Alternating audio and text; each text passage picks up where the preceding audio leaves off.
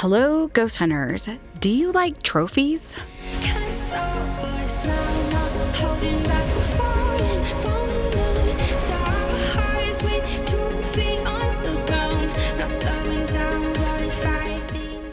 Phasmophobia has a special event going on right now for those of you wanting to fill up those trophy cases in your lobbies. But to earn a gold, silver, or bronze trophy, you'll have to play alone and on the hardest difficulties. So before we get into what this means, let me say this video is more focused on helping you receive your bronze or silver trophies and less on the gold. Why? Because the gold trophy requires some luck, and I seem to have misplaced my magic wand. So let's talk custom difficulties. To get a trophy, you will have to play Sunny Meadows Mental Institution on a custom difficulty alone. Depending on what you're willing to do without or deal with, you'll have to tinker with your custom difficulty to provide you with the highest multiplier for the trophy you are trying to earn. For example, you may be okay starting with lower sanity as long as you have pills that increase your sanity a fair bit. And you may be okay with having the fuse box broken if it means you have flashlights that work. Chances are you're going to have to do without a flashlight and probably some sanity. The more you adjust these, the more you'll realize what you have to give up to get what you need. For silver, you're likely giving up at least one evidence in addition to these other things. And for gold, you're giving up everything. The best way to get these trophies is to use a candle. Remember this, because it's true for all difficulties. Your main goal is to avoid letting the ghost hunt. This means you will want to use that candle. Candles prevent sanity drain and are also often an objective. The main reason for using the candle is to keep your sanity high.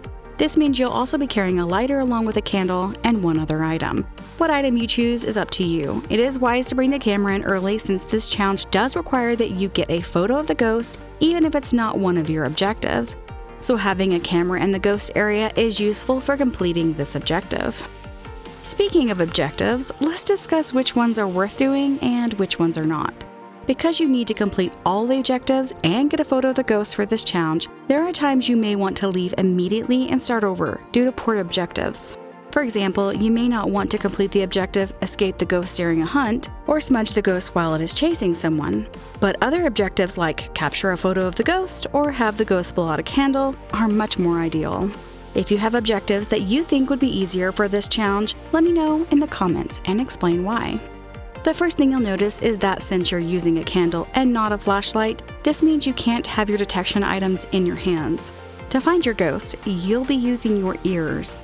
As you wander the corridors of the new asylum map, you'll need to be asking the ghost for a sign or to open a door or to move something or to make a sound repeatedly. If you're lucky, your ghost will be found closer to the entrance and early on in your investigation.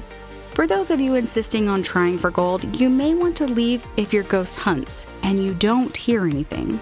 Because you'll be moving at an extra slow speed for most, if not all of these challenges, keep this in mind if finding your ghost means you need to make several trips to the farthest depths of Sunny Meadows.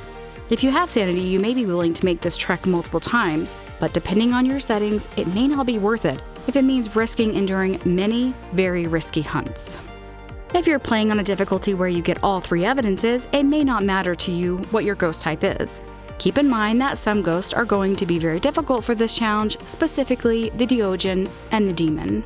This is because you are likely slower than the ghost, have longer hunts, may not be able to sprint, have no hiding spots, and many other things that will make these two ghost types not great for your challenge. The Diogen is a ghost you cannot hide from, and if your ghost is faster, this will make avoiding this ghost nearly impossible. And demons can and do hunt at any sanity. So what other ghosts have traits you might be able to find with less or no evidence? Well, for starters, the Banshee has a unique sound on the parabolic microphone, and this is often also an objective. The myling is quieter when it hunts, so placing an item on the floor that then malfunctions before you can hear footsteps will indicate a myling. Chances are you're playing without power, but a ghost that flips on a light switch will never be a mare. And ghosts will turn on and off lights even if the power is off or the breaker is broken.